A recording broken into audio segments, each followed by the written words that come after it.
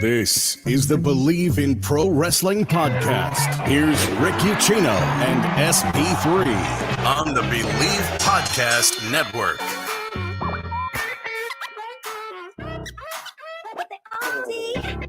What is going on? Good Tuesday afternoon to everybody out there who is tuning in to this week's edition of the Bleav in Pro Wrestling podcast. I am Rick Ucchino. Joining me as always, my main man, SP3, who's going to be jubilant for at least another week or so as his LA Lakers continue on in the NBA playoffs. They didn't get it in 6, or they didn't get it in 5 like you predicted, but they did get it in 6. They got the job. As long as we got it. As long as we got it. Unlike your put on love for the Knicks, who didn't deliver with their false bravado. I've lived next to Knicks fans and lived with Knicks fans my entire life. Their false bravado, they deserve nothing good. But the Lakers, hey, we're in the conference finals. From 2-10 to the Western Conference Finals. I'm happy to be here. Yeah, you know, it's weird. I don't know why I gravitated towards the Knicks. I think it's because I live in a town where we haven't won something in so long that if a fan base of a particular team hasn't won something in forever, I think I automatically feel sympathy for them, and I'm just like, oh yay, go team who has sucked for the last 20 years, even though it's the city of New York and y'all got 19 million winners and screw y'all. So, you know, to be fair, the Knicks haven't won in 50 years. Yeah, it's been a minute. And like, it's what? 50th year. It's the 50-year anniversary of the last time the Knicks won the championship. At least they moved on. 1972. At least they moved on to the playoffs, though, right? Like, that was the first time in 20 years, I think it was, since they moved on to the playoffs. Or I think it was. It's been 10 years. 10 years. Okay. Well, they snapped a mini streak. Good for them. Happy for you guys. We got a lot to dive into today, guys, including a major WWE star that is reportedly joining a major movie franchise. Been going on for almost 20 years now at this point. Leaks, photos, videos show this superstar in the cast for a movie that's set to come out next year. So good news and potentially bad news for said person. Sami Zayn and Kevin Owens are set to defend the tag team championships in Saudi Arabia. Who saw that one coming? Roman Reigns will apparently not be defending the WWE Universal Championship in Saudi Arabia. Who saw that one coming?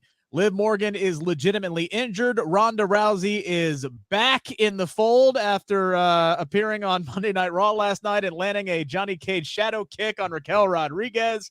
We got a lot of major money potentially in the works here for AEW. We got so much to dive into. First things first, got to thank our friends over at BetOnline. We would not be here without them. BetOnline.ag, your number one source for all your basketball information.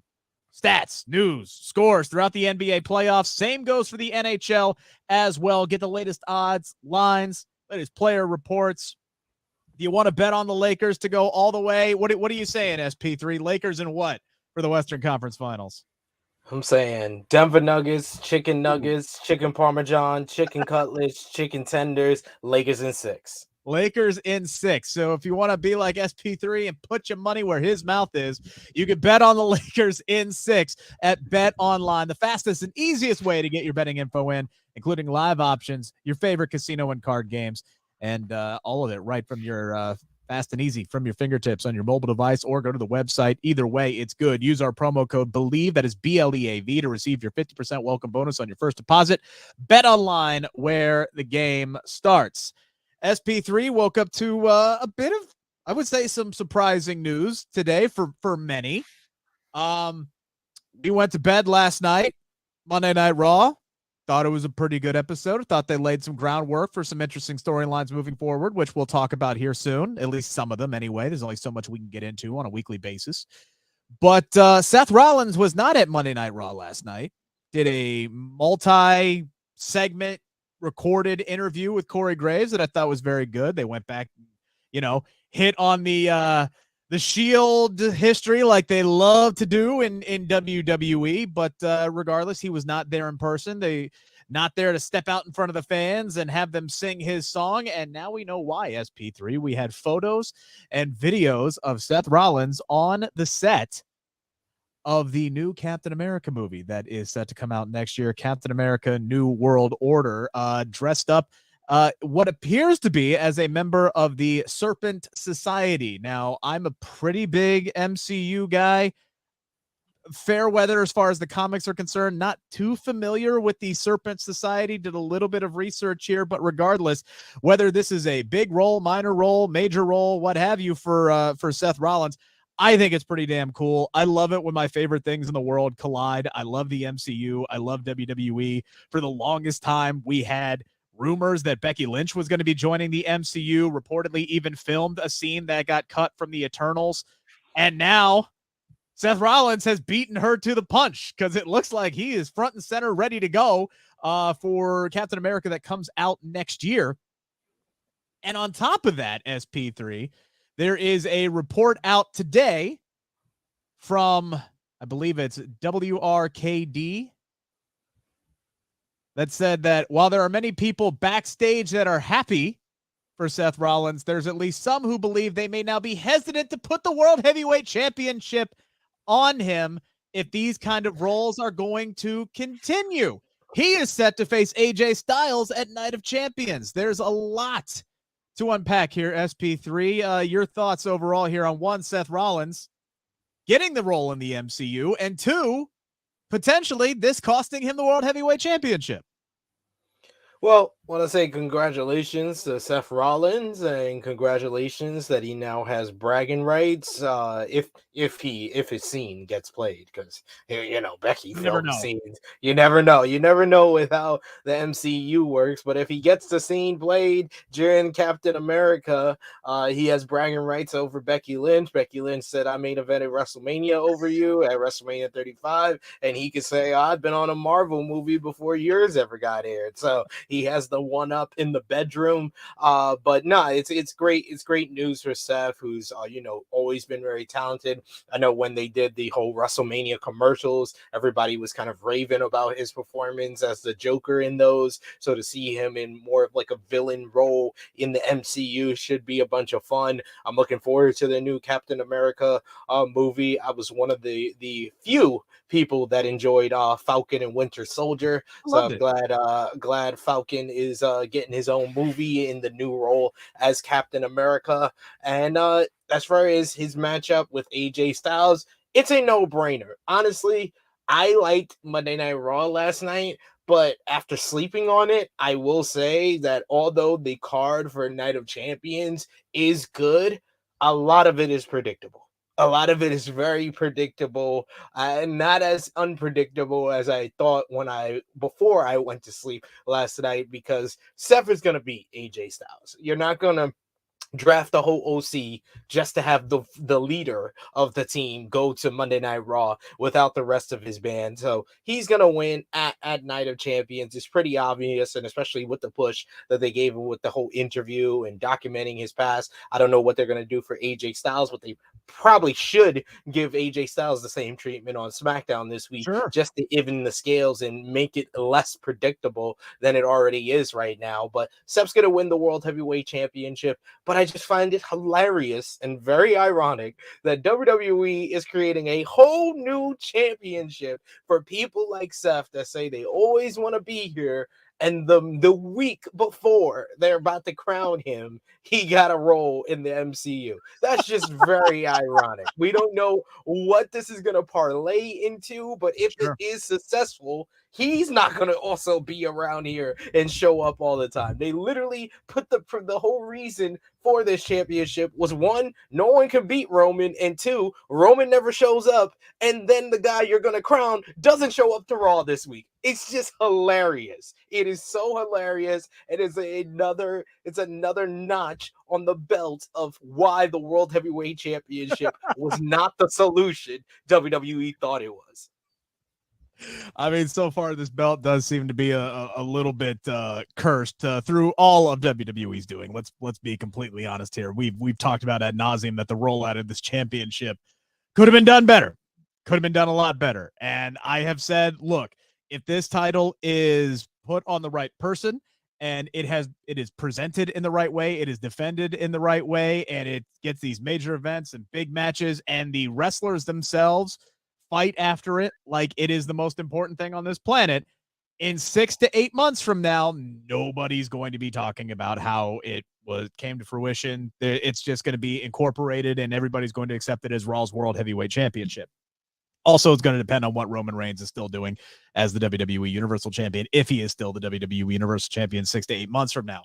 I'm not reading too much into the report that this could cost him the World Heavyweight Championship, because it would make no sense for a lot of reasons. Because even if this is a recurring role in the MCU, even if this does parlay into possible other things, one, there's a writer's strike going on right now. Two, there is, casting, and there's script writing and all these other things. It takes a while before somebody is just going to be off and running as a full-time fledged actor. And I think Seth Rollins still has about 2 years left on his career at this point, like on his contract with WWE. Who knows what he wants to do after that?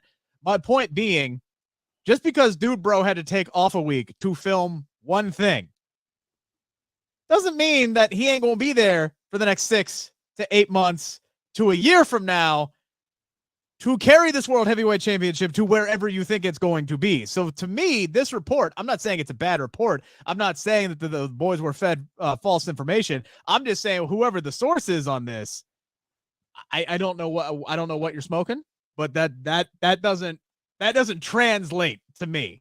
Oh, if this role is successful and it parlays into other things, it may cost him the World Heavyweight Championship. What, after he's won it and held it for 8 months? Is that what you mean by that? Because him getting an MCU role and now you're going, well, maybe we should put this on AJ Styles and then have to completely reshuffle the rosters, because we're not, like you said, SP3, they ain't moving AJ Styles over to Raw and keeping the rest of the OC on SmackDown. If that was going to be the case, they would have literally have been doing something with the OC for the past 4 months, which they have not. AJ Styles got hurt, and then Triple H was basically like, oh, well, all right, Anderson and Gallows, y'all go home. Mia Yim will put you on main event a few weeks. We need somebody to lose to Damage Control this week, so why don't you go in there and hop in there and take care of that? Just absolutely nothing in coasting.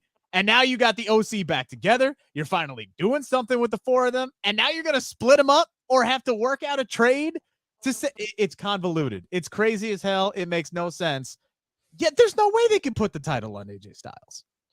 None whatsoever. To be fair, the whole brand split is already destroyed because SmackDown's Paul Heyman had a visitor's pass to last night's Monday Night Raw. Visitor's badge.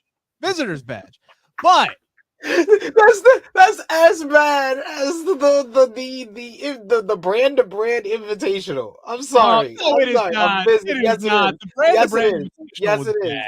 Yes, it is. Brand to brand invitational is just them up front with the visitors pass and not as subtle as having a visitors pass from SmackDown. So stupid. The draft is already ruined in record time. I'm not willing to go there because there have always been caveats and loopholes. And the biggest one is, as long as there is an undisputed WWE tag team champion and, they can go brand to brand, same with the women's tag teams, that does kind of open up a pathway for the opponents and the challengers, those champions, to kind of slide through. And it's not like Roman and Solo showed up. They sent their advocate with a visitor's badge to show up backstage. And this isn't that big of a deal. I'm not going to be one of those people who sit there saying, well, the brand was dead because Paul Heyman showed up. It is dead. You got SmackDown guys fighting for a Raw championship. You got the SmackDown Women's Champion on Monday Night Raw. You got the Raw Women's Champion on SmackDown. You got the NXT Women's Tag Team Champions on SmackDown. The brand split. They didn't need to do a draft. That's the thing. They didn't need to do the draft. The past 8 months proved that they were able to put whoever they wanted on whatever shows, and it was a success. Why did you need the WWE draft if you were going to ruin it in record time? Yeah, I'm not saying I'm willing to say that Paul Heyman was the point that jumped the shark, but yes, I agree with you. I don't know what the heck they're doing with Rhea and Bianca right now, because if you think they were going to do a title swap, they would have done it by now. Instead, it looks like Rhea is going to be defending the SmackDown Women's Championship, I would say, against Natalya, probably at Night of Champions. So you're going to get 2 Raw superstars fighting over the SmackDown Women's title. And then Bianca, looks like her and Asuka, after Friday's heel turn, are going to be fighting over the Raw Women's Championship, and they're both SmackDown superstars. Maybe, just maybe, SP3, they are just going to rebrand the titles. Either that, or they're waiting until after Night of Champions when Bianca breaks Trish Stratus's record, and then they'll have her flip it, since she's only like 20 some odd days away from that or something. But it seems weird. The way they did it, man, there are so many questions that are still left wide open. And I've written about it and we've talked about it. I think there is a point to having separate rosters, and I think it's going to help out several superstars, especially those who were lower down on the card. But yes, some of what they have done have made absolutely no sense. And I'm waiting.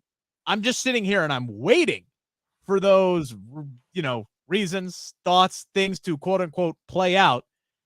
And so far, they have not played out. What is up, Safet and Noob and everybody else who is in the chat? If you got your questions, comments, concerns, make sure to hit us up. We'll get as many of them as we can throughout the show. Now, SP3, we did get a shocking announcement on Friday. The reason why Paul Heyman was there on Monday was to be scoping things out and making sure everything is going well in his plans to irritate, poke, prod, do what Paul Heyman does ahead of Night of Champions, where it was announced on Friday, Roman Reigns and Solo Sikoa in an absolutely brilliant segment on Friday Night SmackDown. Roman shows up, and immediately the Bloodline feud and storyline that everybody had said was in the weeds gets ramped back up, cranked back up to 11. And Roman says his brothers are a problem, and it's time for the tag team championships to come back home to the Bloodline. But he ain't trusting his cousins, so now he's taking himself and Solo, and they're going after the tag team titles. And that match is going to take place in Saudi Arabia. Sami Zayn, Kevin Owens. By the way, all of this happening like literally a day after Sami Zayn told our good buddy and friend of the show, Alex McCarthy, that as far as he was concerned, he was done with the Bloodline story, which tied in perfectly to Sami's promo last night, where he was like, we were just as surprised as anybody to find out we would be defending these tag team titles in Saudi Arabia at Night of Champions. But apparently, according to Wrestling Observer, since Syria and Saudi Arabia have now begun, embassy discussions and have opened up political channels with one another and are doing some things that are way beyond what we normally talk about on this program. And that was apparently enough to get Sami Zayn through the door into Saudi Arabia, and Kevin Owens in solidarity is joining him, and they have now set up this major matchup at Night of Champions. But at the time, now that we've had that explained to us, at the time, I could not believe what the hell they were setting up. But damn it if that ain't going to be a good match, though. You and the rest of the fans was like, oh, this is not going to happen. This is not going to happen. I'm like, no, this is the Triple H era, guys. We're not in the Vince regime anymore. If Triple H is advertising this match 9 times out of 10, it's going to happen. That's what he has established over the past 9 to 10 months. So I knew, I kind of just said, I was like, yeah, when it was made and they just put it up there, it was like, yeah, it's happening. It's going to happen. So to get the X-Ray Nation, it makes a whole bunch of sense. Is kind of what we were saying on another channel.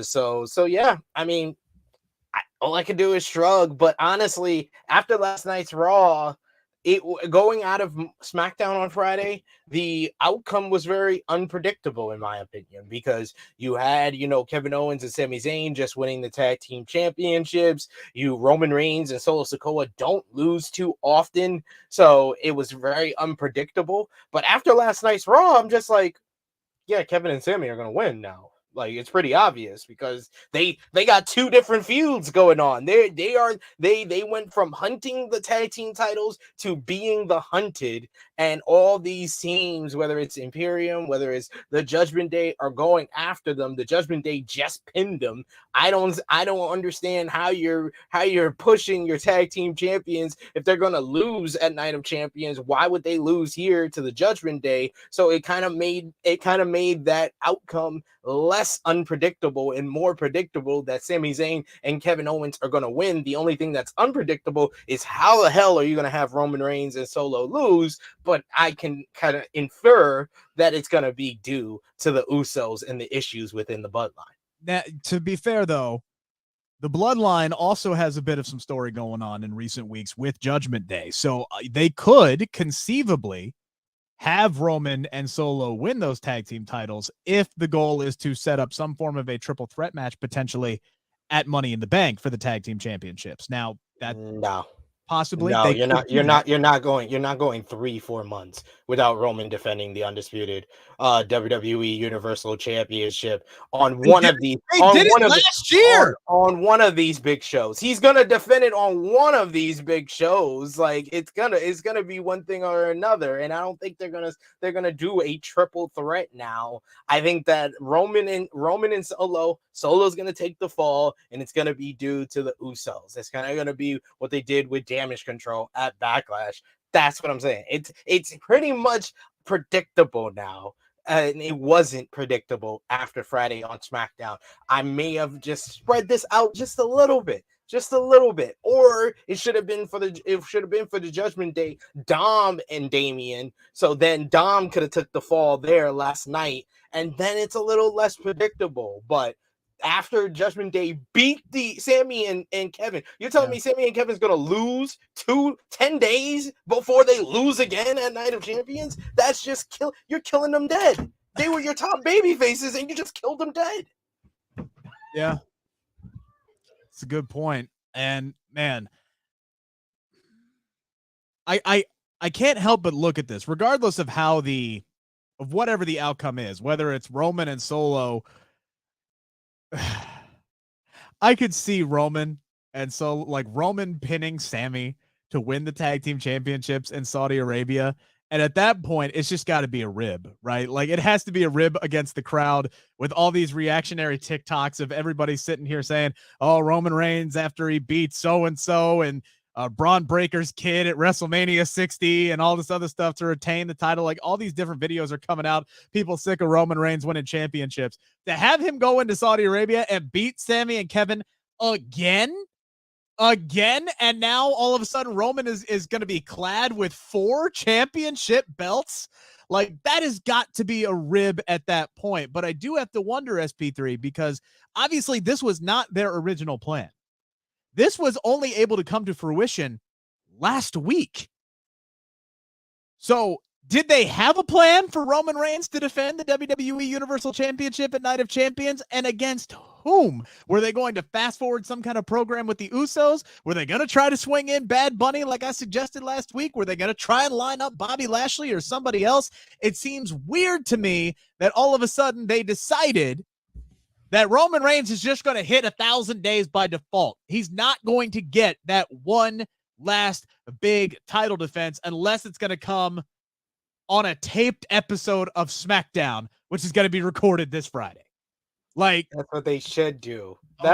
Should do. They should do a matchup of Roman versus either Sami or Kevin on that taped edition of SmackDown, so they can be like, this is Roman's matchup for him to get to 1,000 days, because that's 999, day 999, that last SmackDown before Night of Champions. I think that would be the best decision, but it doesn't matter. Roman Reigns is the 1,000-day champion. It's going to happen either way. I don't mind Roman Reigns not defending the championships at Night of Champions, even though that kind of defeats the purpose of the whole concept of the show from the very beginning. But oh well.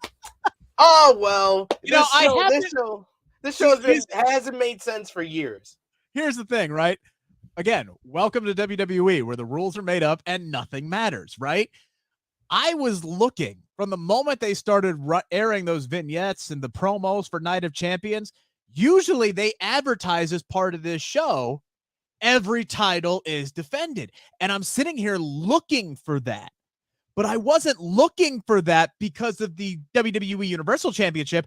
I was looking at that for the tag team championships because I'm sitting here going, there's no way Kevin and Sami are going to this show.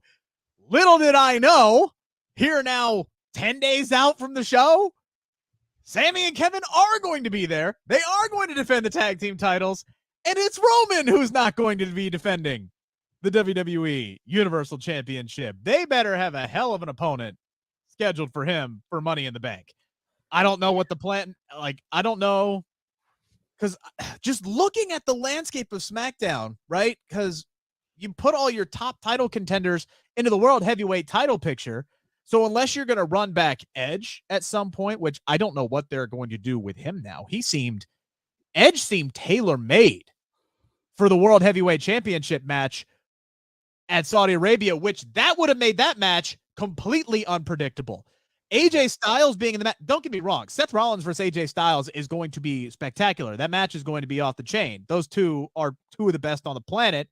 I have high expectations, and I expect them to meet those expectations. But Seth Rollins, to me, has a 95% chance of winning based solely off the logistics of what you would have to do with the OC and move them over the Raw and vice versa and all the craziness that would happen, right? And I'm all about shoot first, ask questions later as far as booking is concerned, but not in this situation, okay? Not the right time for that. The clear-cut answer is Seth Rollins, unless the story was Edge winning the title that he never lost, and that is his retirement tour. What do you do now with Edge at this point? What is his story moving forward? Because all he's done is talk about recently that he's getting ready to walk away, potentially even this year. So unless you're going to run back Edge and Roman sometime this year, I'm not sure what his story is on SmackDown. And also it's the fact that they both have similar stories when it comes to the Universal Championship. Like Seth got his opportunity. He beat Roman at the Royal Rumble, but it was by disqualification. Yep. Never got a shot again. Edge got two opportunities, but one time it was Jey Uso who got involved at WrestleMania, and Danny O'Brien ruined his one-on-one opportunity at WrestleMania 37. And then the second time it was Seth himself that screwed him out of the second try. So the story was tailor-made for Edge to be the challenger. And yeah, I agree. It would have been less predictable with Edge in this place. AJ Styles, yeah, it's going to be the better match per se, but I am just sorry when it's about when it's about these premium live events, you need outcomes that are not predictable. And a lot of this card, I went out on a limb on Twitter after Raw because I liked the episode. I liked the show long narrative with everything they were doing with Heyman, Judgment Day, Imperium, Owens, and Zayn. And I said, oh, Night of Champions actually right now has a better card than Double or Nothing, because Double or Nothing's had more time to build up to it, but we have less matches for that than we do for Night of Champions, who had lesser time to build to their card. So I went out on a limb and I said that, and then after sleeping on it and then looking at that tweet again and then looking at the card, I was just like, well, I know all the winners of this match. The only unpredictable outcome there is on this whole card is Cody and Brock. Is Cody gonna really win 2 in a row versus Brock, or are they gonna do Brock again and do a 3-match series? That's the only unpredictable matchup on this card, because Reigns and Solo versus Kevin Owens and Sami Zayn was unpredictable on Friday, and then after Monday it was not unpredictable. Owens and Zayn somehow, some way are walking out with these tag team titles. Now on the flip side, the few matches we have for Double or Nothing right now are any of those. unpredictable? Or any of those coin No, flips? both of them are predictable as well. That's why I would still stand by my tweet that Night of Champions has a better card because Rollins and AJ are going to be just as great as the Four Pillars 4-way. The tag team matchup, I'm the high man on that. I know a lot of people, Jeff Jarrett's in it. I'm not about it, but I like the story so far, and I love the chicken farm segment with Planet Jarrett going to the chicken farm, one of the best comedy segments of the year. So I'm interested in that story. But I feel like, overall, Night of Champions, you got the Cody and Brock who had a good match at Backlash, running it back.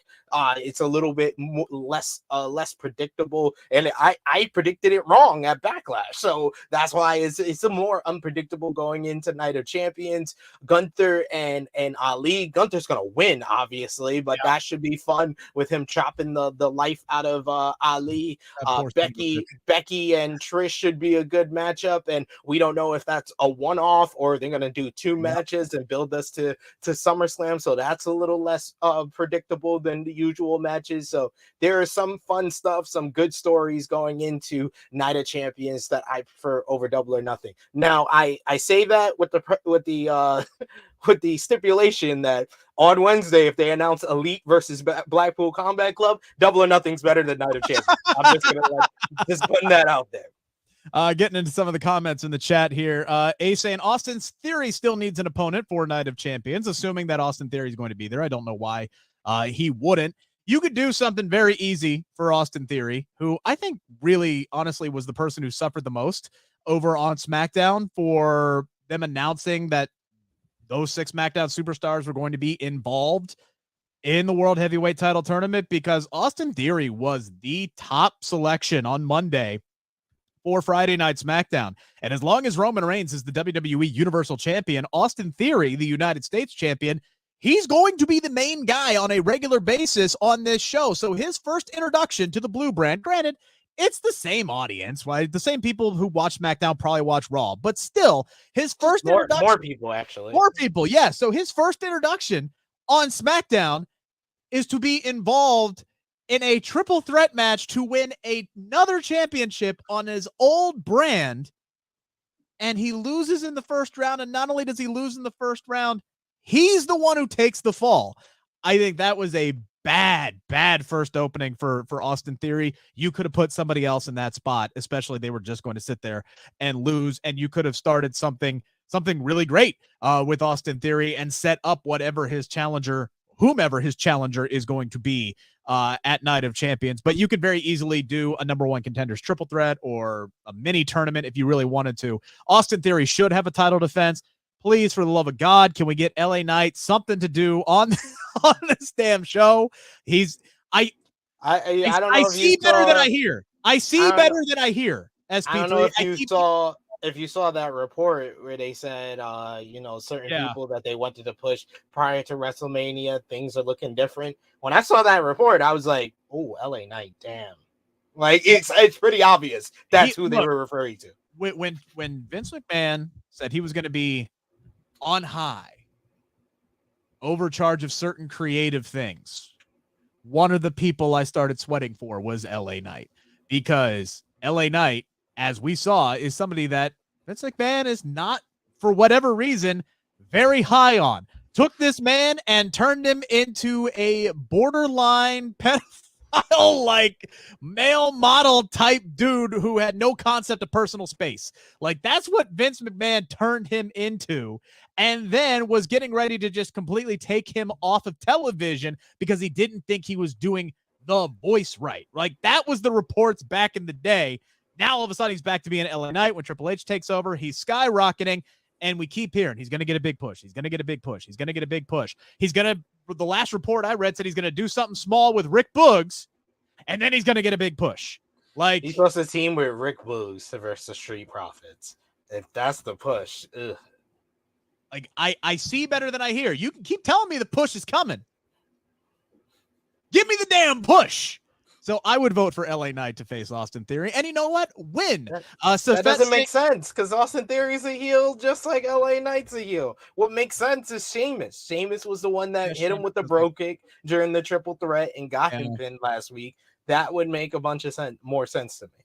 Yeah, I'll bring up that point coming up here in a little bit when we get to the 5 count, by the way. Safet says Triple H needs to make every card unpredictable. I think that should be the goal for all cards, is to make it as unpredictable as possible. The problem is WWE right now is in this stretch of epic, long title runs that seem like there is no end in sight for Bianca Belair to drop the title, for Roman Reigns to drop the title, for Gunther to drop the title. So you can book those people on all those shows. Rhea Ripley just won the SmackDown Women's Championship, so she ain't dropping that anytime soon. Like, they're all of their matches are going to be predictable unless they're going to be BS finishes and they're going to be disqualification or count out or whatever, like we saw with Roman Reigns and Seth Rollins at the Royal Rumble, right? Like that's where we're at right now. They want to get these record-breaking runs in the book, and then maybe they'll start taking some titles off of people. So maybe Asuka wins. Maybe Asuka wins at Night of Champions and beats Bianca. Maybe. I wouldn't be that out of all of the champions right now. She's got to be next, right? The ones that have record-breaking runs. She's got to be the next one to lose it.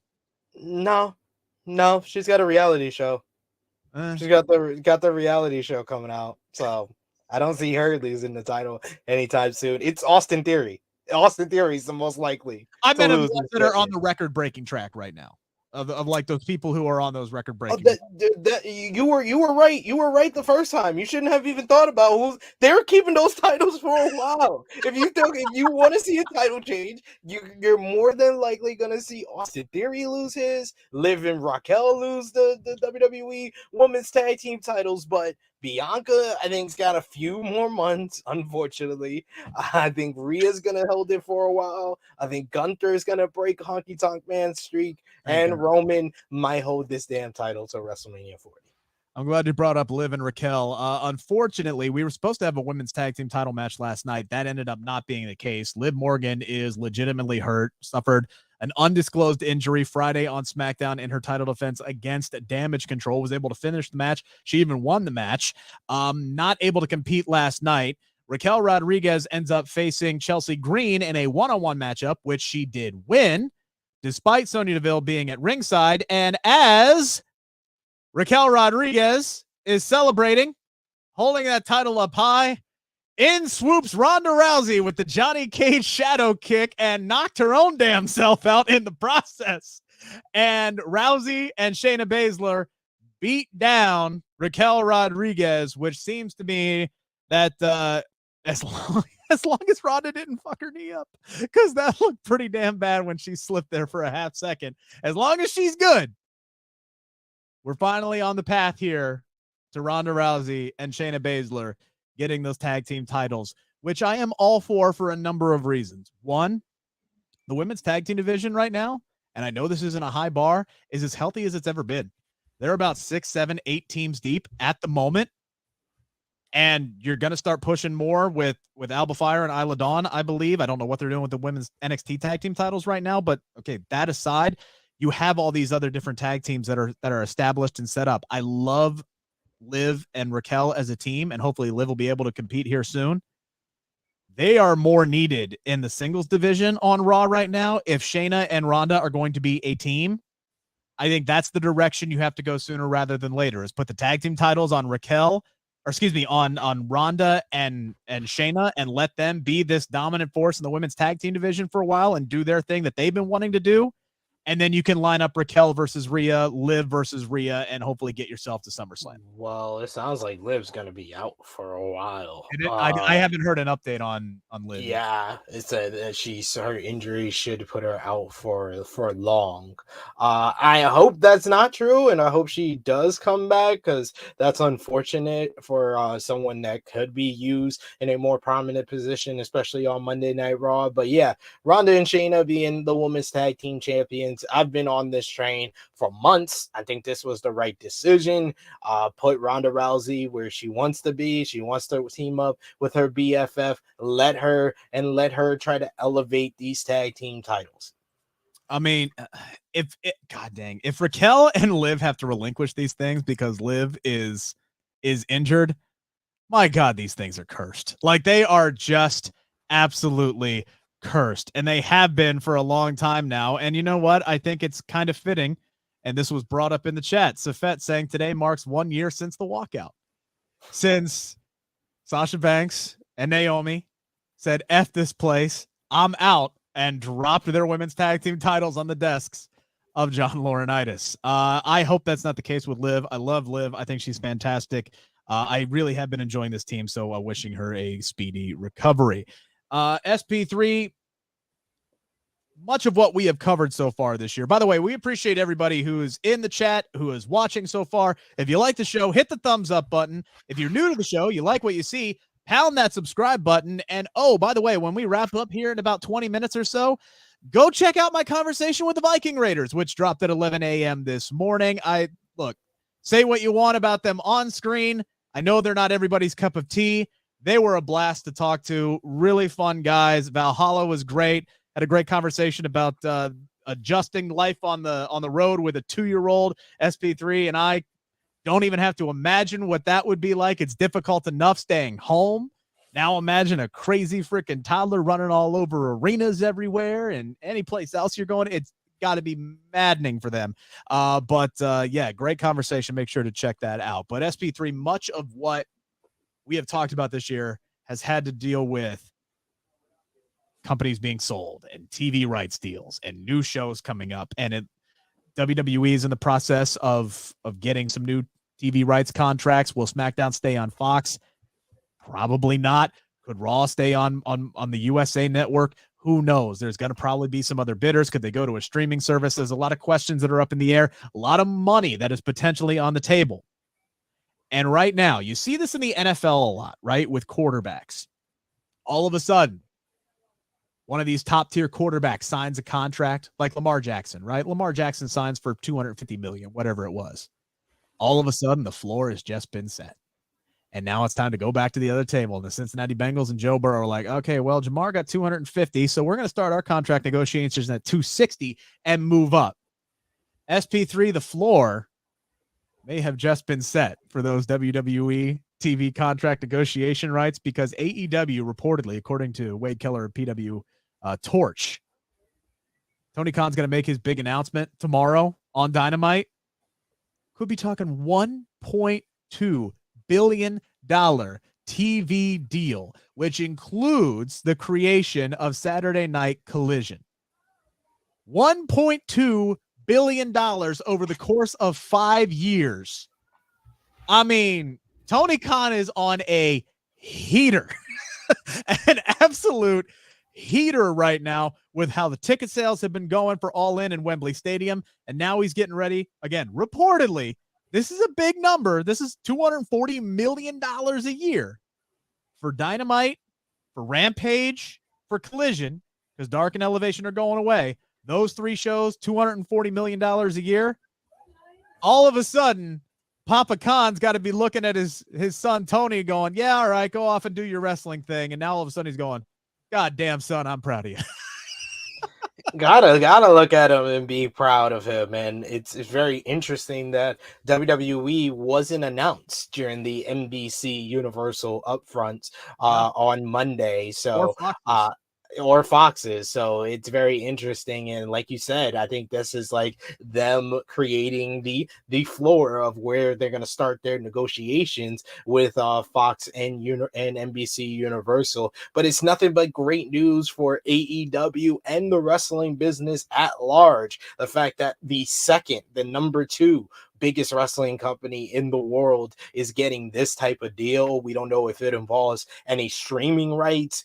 That will be huge, but we're less than 24 hours from finding all of this out, and it's going to be a huge day for AEW. They got a really solid card for Dynamite tomorrow, but the whole world and the whole spectrum of AEW is going to change in less than 24 hours because with Saturday Night Collision, that's 2 more hours of television. potentially CM Punk coming back into play, what that means for the locker room. It's a great time to be a content creator and a wrestling podcaster as well, because we got more to talk about. We got more drama that's going to be coming. We got more business to be talking about. So I'm very excited for this. And, I think I'll save my congratulations for AEW until it's officially announced. But these are nothing but good news for him. The only kind of bleep in the business that isn't doing well is ticket sales for Las Vegas and Double or Nothing. Maybe they should think about, like, next year taking Double or Nothing out of Vegas, because inflation is a real thing. Despite what people want to, despite there's some people out there that's just like, no, the product is just not hot. It's just not hot. Blah blah blah blah. No, there is a thing that is called inflation. There is a reason why people are coming back at those people and say inflation is a thing. It's called inflation because it is, and that's what's preventing a lot of the people that went out to T-Mobile Arena and sold out and made that a sellout show. And it's also the fact that AEW hasn't announced a lot of things, so we should see after tomorrow's Dynamite and this announcement if that changes the ticket sales for Double or Nothing. But regardless of that, this is great news. The all-in ticket sales is great news. They've already sold out Forbidden Door. It's a good time to be AEW fan and to be a part of the AEW family. Yeah, look, man, I like the fact that, AEW tries to establish like these home markets for these pay-per-views, and to a certain extent I get it, but I'm also like, kind of spread the love here a little bit, because me personally, if I can drive to a place, I'm more likely to go to that event because it is so much more cheaper than buying a plane ticket and staying out there for 5 or 6 days or however it needs to go, rental car, baggage check, like flying someplace almost quintuples the cost of going to see an event. And we're not even talking about tickets yet at this point. Look at the Midwest, baby, Cincinnati. Look at the Midwest, Cincinnati. You take a place like Cincinnati, 5 hours drive from like so many different parts of the country. Got a brand new 20,000 seat soccer arena. Like, let's go. What are we waiting for? Cincinnati, Tony Khan, come on, please, for the love of God. It's been 2006 since we've had a premium live event. Oh, man. Frantic World saying AEW. No one wants to go to Cincinnati. Rick. You should. It's awesome. Great town. Don't give me that shit. I said it. I had to say it. I know only I would think it. Have you even been to Cincinnati? I've only been to Ohio once, only because I'm a good friend to our good friend Jeremy Lambert. That's right. The only time I've ever been in Ohio, and that will probably be the last time I will ever be in Ohio. Look, the rest of Ohio sucks. Cincinnati's awesome, but I Bleav that was for his wedding, right? That was I was supposed to be there. Unfortunately, I couldn't make that. AEW about to get the biggest bag. They are, and WWE is about to get a bigger bag. Believe me, there's nobody who's more happy right now than Vince McMahon about AEW's TV deal. I think the last WWE TV deal for USA Network, I think it was for 240, period, for the 5 years. 240 million for the USA Network. Tony Khan's getting 240 a year. A year. Yeah, they about to get paid. Chilling with Chase says Vegas is just way too expensive. And yeah, Vegas in and of itself. Get out of, even if you don't come to Cincinnati, go to a cheaper city. Right? Like Vegas is ridiculous. Or if you want to just keep it on the West Coast, I would say Los Angeles, because the LA crowd for that January show was awesome. The Forum has kind of become their home in Los Angeles. So if you want to just keep it still on that Pacific coast, just go over to Los Angeles. It's actually less expensive than Vegas right now. That's crazy to say. It is. And I just went out to Los Angeles, and even that was expensive. Let's dive into this, shall we? Wrong button. There we go. It's time to answer the 5 count on the Bleav Podcast Network. All right, for those who are new to the program, these are the 5 biggest questions that I have come up with today, and we're going to start based off of what we saw last night on Monday Night Raw. SP3, Becky Lynch got back on the microphone, delivered a fantastic promo. Fired up promo, ready to whoop Trish Stratus's ass, and it looks like that match is going to be happening at Night of Champions. Whether or not that's a one-off, we don't know, but I did find it to be very interesting, SP3, that somebody was backstage watching that promo, and it sure as hell wasn't Trish Stratus. It was the still reigning SmackDown Women's Champion, Rhea Ripley. She's got some business going on with Natalya. That has Night of Champions written all over it. Even if Becky Lynch and Trish Stratus continue past Night of Champions, you still have Money in the Bank. You look at the landscape of the women's division like we have already laid out on Monday Night Raw. Ronda Rousey's in the tag team division. Shayna Baszler's in the tag team division. Right now, Liv and Raquel are in the tag team division. There's really one big fish left for Rhea Ripley. Do what you got to do to get her to SummerSlam. But SP3, true or false, Becky Lynch needs to be Rhea Ripley's opponent at SummerSlam this year. I'm not going to be interested in any Rhea Ripley program until it's Becky Lynch at this point. Just looking at the landscape for the Monday Night Raw roster, it seems Becky Lynch needs to be that challenger for Rhea Ripley at SummerSlam. True. Yeah, I think it's 100% true. And even Becky's sitting here saying, like, I don't need a title to prove that I'm, the absolute best and I am the it thing of the women's division. I think that's something that Rhea Ripley should take to heart as an insult and be like, are you ducking me? What? Like, that should intrigue Rhea Ripley to chase Becky Lynch, because right now Becky Lynch isn't interested in the title for the first time in a long time. And I think that would be a great roundabout way of getting to those two. I think you can do Becky and Trish once, twice, Money in the Bank, and just move on and get to Becky and Rhea. That is your money matchup at SummerSlam. 100% true. Number 2, a surprising victory last night in the Battle Royal to determine the number 1 contender for the Intercontinental Championship, which is Mustafa Ali. Very, very interesting. Ali is somebody that we have been hearing for a while now, much like the likes of LA Knight saying, oh, a push is coming, a push is coming, a push is coming. Apparently, it's Mustafa Ali's time. Maybe. He's getting a little bump here. Did WWE make the right decision booking Mustafa Ali to face Gunther at Night of Champions for the Intercontinental Championship, SP3? I preface this in saying that I like Mustafa Ali, but I'm going to say WWE did not make the right decision, because it was pretty obvious from the booking. Mustafa Ali won this matchup because whoever was going to verse Gunther was going to get destroyed. But Matt Riddle was the real challenger that they set up for Gunther in the Battle Royal. Yeah, the other thing that I'll say about this, because Matt Riddle seemed to be the obvious choice, and maybe that's what they're setting up for Money in the Bank or setting up for SummerSlam. Mustafa Ali, who I do like, and I have been waiting for him to get some kind of a push. And I do like, the Think Positive Ali and all this characters work that he's been doing lately. It's all heel work, though. He's a heel. Now, he got a good pop last night when he won the match, because I don't think people were anticipating it. And I think that was a smart crowd, and they recognized the man, and they're like, yes, good for you. You're finally going to get a moment at least. And I think this is going to be a good match with Gunther, but I'm sitting here going, all right, I probably would have given it to a babyface, because in Saudi Arabia, who is this crowd supposed to gravitate toward?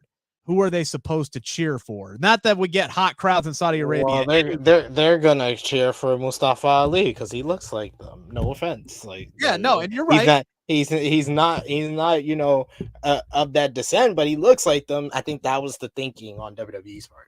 Potentially, yes. And I would have gone with Matt Riddle. I would have gone with Johnny Gargano. I think, and really any babyface I would have gone with in this situation. But hey, good for Mustafa Ali. He's going to get a chance at a major championship. He's going to get absolutely obliterated, but I still expect this to be a good match and hopefully a launching point for him moving forward. Last night, we did see the debut of J.D. McDonough. He was in that Battle Royal, SP3. I really want to commend WWE, because this should be a simple thing, but they never seem to do it. Using a Battle Royal to advance multiple storylines and set up new storylines, and they actually accomplished that last night. And it was JD McDonough setting up. Yes, he got eliminated from a Battle Royal, and nobody, Battle Royals are hard to decipher exactly what's going on. He gets eliminated from the Battle Royal, and what does he do? He immediately attacks Dolph Ziggler and sets up his first big matchup.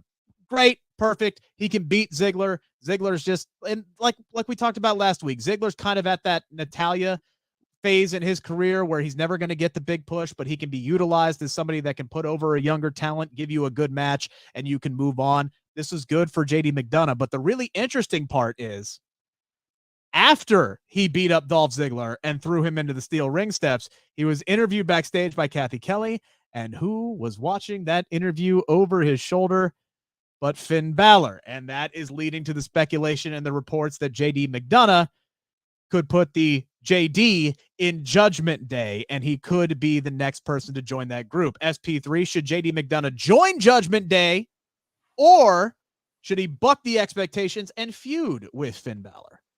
He should join Judgment Day. WWE, I'll give them credit for advancing different storylines in the Battle Royal.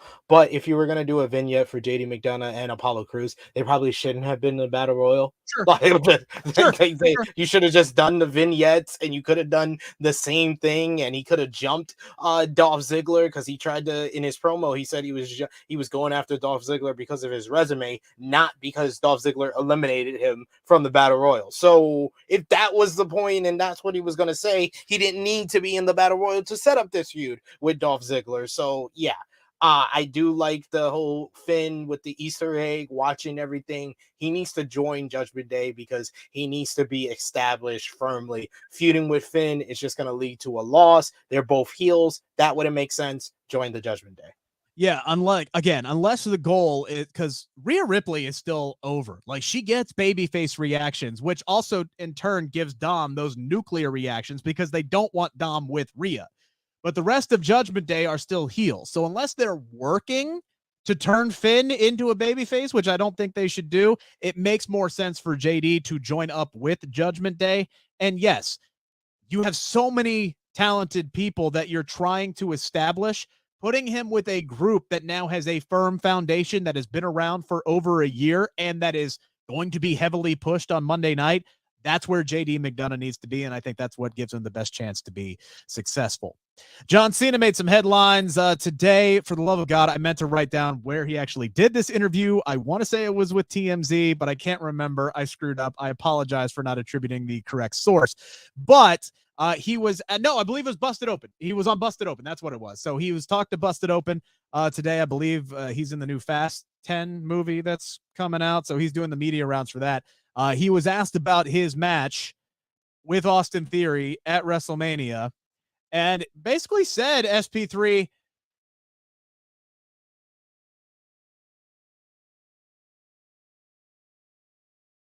and that's what I can do. Did I come back? Sorry. Yeah, you froze for a minute there. Okay, sorry. Anyway, let me start over again. John Cena basically said, look, if I'm going to come back, what you saw out of me at WrestleMania is what I'm comfortable doing. That's what I have left in the tank. That's what I have left to offer as an in-ring performer. If that's the case, if considering what John Cena has left, which we both agreed was basically Basic Match 101, just featuring John Cena against Austin Theory at WrestleMania, how many more matches do you want to see John Cena come back for? I want him to see him one more time, try to go for number 17, whether that's against the World Heavyweight Champion or whether that's against the undisputed WWE Universal Champion. I wouldn't mind that. And I wouldn't mind his final match being against Randy Orton, despite how I feel about that feud and view it as the most overrated feud in WWE history. It either John Cena's final match needs to be against Randy Orton or Edge. So one of those two, I don't need both, one of those two, and another opportunity at the top prize to try to hit number 17. 2 more matches with John Cena. That's all I'll be good for. Dude, you just gave me a great idea. John Cena, Edge, double retirement match. They both go out in Toronto or wherever it is, wherever you want to have it be. John Cena, Edge, we both walk away. Finally, who's the better man? They can pin each other. They can whatever, double pin. They both knock each other out. Whatever you have to be where both men can just walk away, because that is one of the rivalries that defines both men's careers. You can't think about one of their careers without the other being involved. That's the one I want to see. Right there. You just gave me the answer. And last but not least, what's got your attention on Dynamite this week? Another packed show for Tony Khan tomorrow night, outside of the major announcement, which we Bleav is the multi-year TV rights deal and the announcement of AEW Collision. Oh, it's got my attention. It's Don Callis That snake. rat bastard. That rat bastard needs to explain himself for stabbing his family in the back, in the face, and in the heart with a screwdriver. He needs to explain himself, and I really want AEW to make it confirmed Elite versus Blackpool Combat Club, regardless of what the stipulation, if it's Anarchy in the Arena, Stadium Stampede, Blood and Guts, whatever it is, they need to confirm that because that is going to be the number one draw for Double or Nothing coming up. And so yeah, that rat bastard Don Callis. I'm 100% with you on that one. That is what's got my attention the most. I'm also looking forward to the Outcast versus the Homegrown Talent 6-woman tag team match, mostly because, you know, if that's not going to be the match at Double or Nothing, I'm interested in what else they're adding to this to make that women's match at Double or Nothing. So I could see one of the Outcasts pinning Jamie to set up the Jamie's challenger for Double or Nothing. Also Roderick Strong and Chris Jericho Falls Count Anywhere. It should be a bunch of fun. I expect it to go out of the building, and either JAS is going to be there or Adam Cole is going to be there to get involved. 100%. MCAS says, go Lakers. They need to finish their story as opposed to Cody Rhodes, who will never be finished until he comes back to AEW and beats MJF for the Triple B. By the way, I did think it was cool. MJF defended the Triple B at an indie show over the weekend, which is now up on Premiere Plus. I thought that was really cool of him to do. All I got to say is Aaron Gordon, Ben Gordon, Eric Gordon, Gordon Soley, Lakers in 6. Queen saying, all I want is JD in Judgment Day. I do think that is a natural fit. And let's see. I forget what he said. How dare you, SP3? I don't know for what. He's a Don Callis fan for some reason. He must have been as a kid kind of getting his fancies off to all those freaking Jackal promos that Don Callis used to do in 1997. It's okay, Chase. It's okay, but he didn't do anything wrong. He says he's been running from the truth. No. He should have stuck by his family. You never betray your family and your friends. Fast 10 should teach you that. Go out and see it May 19th. Not a sponsor, but they should be. Thank you guys so much for tuning in today. Everybody who chimed in on the chat, appreciate you. We'll try to get to more of your comments next week. We'll be back here hopefully again around 2 o'clock because I like this time slot better because I don't have to rush and get things done in 45 minutes. And that's when I screw up and all sorts of things. I like the nice cool hour, 2 to 3. And even still, we're overtime. And SP3 has to go to work. I do. Later, y'all. This has been the Bleav in Pro Wrestling podcast brought to you by BetOnline.